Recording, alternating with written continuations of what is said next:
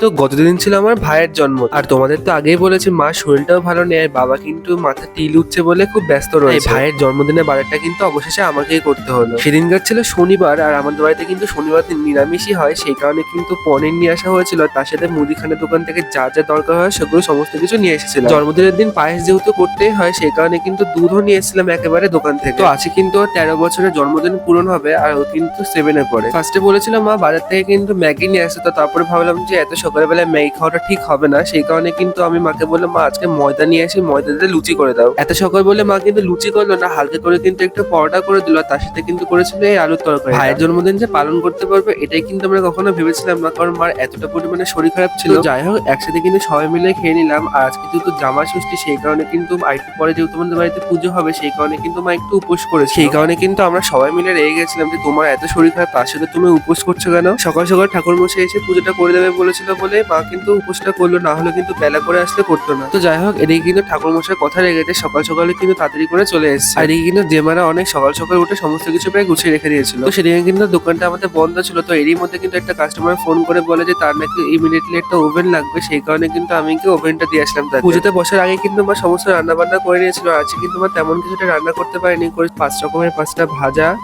মুগ ডাল, পনির, আর তার সাথে কিন্তু করেছিল হচ্ছে পায়েস। এদিকে দেখো ফার্স্টে কিন্তু মা আশীর্বাদ করে নিচ্ছে, তারপরে কিন্তু দুই জেম্মা আর পিছু কিন্তু আশীর্বাদ করেছিল, তবে ওরা কিন্তু ক্যামেরার সামনে আসে, কারণ সারাটা দিন উপোস থেকে ওদের কিন্তু শরীরটা তেমন একটা ভালো ছিল না। আর এদিকে দুপুরবেলা দেখি জেম্মা কিন্তু এক গাদা ফল, তার সাথে কিন্তু দই মিষ্টিও দিয়ে গেছে। বাবা জানো তো দুপুরবেলা ভাত খেয়েছিল না, এই দই দিয়ে, চিড়ে দিয়ে, মিষ্টি দিয়ে, তার সাথে কিন্তু আম দিয়ে দুপুরবেলায় লাঞ্চটা কমপ্লিট করেছিল। আর সেদিনকে জানো তো রাজদীপরা চলে এসেছিল, আর রূপ কিন্তু বাড়িতে এসে আমাদের সাথে একসাথে খেলা শুরু করে দিয়েছে।